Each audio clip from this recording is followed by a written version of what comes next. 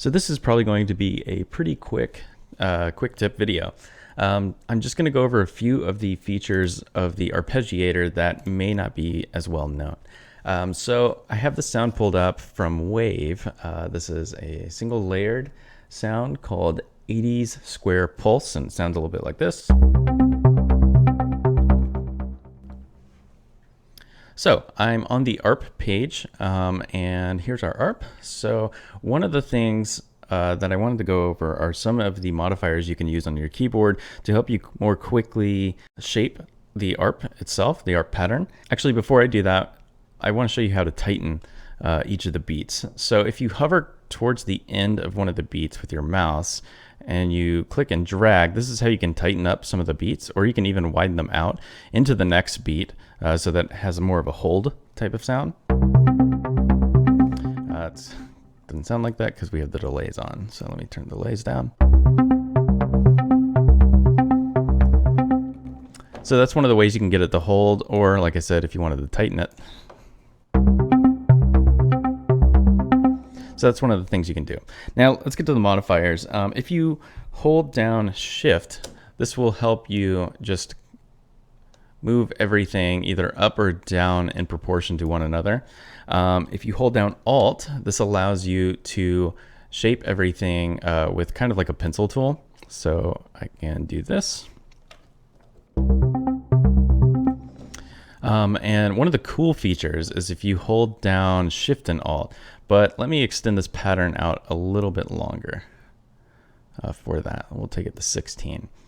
If I hold down Shift and Alt, this will actually allow me to create more of a symmetrical pattern with what we have here. So holding down Shift and Alt, and as I'm dragging, you can see it doing the same thing from the other end there. So you can create patterns like this fairly quickly, or you can either have it dip.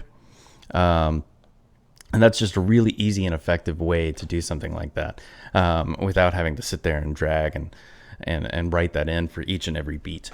Lastly, what you can do is you can hold down Control and click on a beat, and it will take it to the top velocity. If you hold down Control and Shift, it will take all of them and bring them to that top velocity.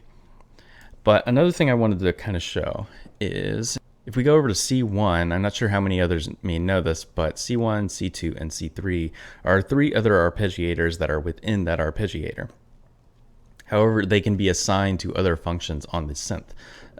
You'll know if they're assigned if this box has a light on. So the light is on, it's blue, and here's the destination.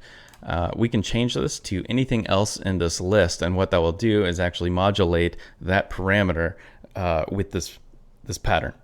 So you can get some pretty cool sounds by just doing that. So if I go over to C2 and enable it, let's take it to maybe distortion, and maybe change this to bit red.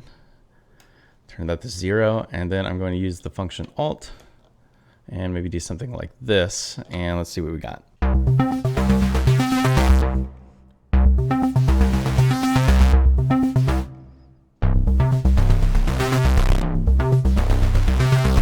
So you can get some pretty cool colors by doing certain things like that. And one other thing I would like to add is these trigger pads down here. You can see them highlighted in blue on the keyboard. Don't forget the easy way to bypass these if you're trying to access some of those notes on your keyboard, but they're being blocked by these trigger pads, is you can bypass it. It's bypassed when that dot is yellow. So as you can see, the blue is gone.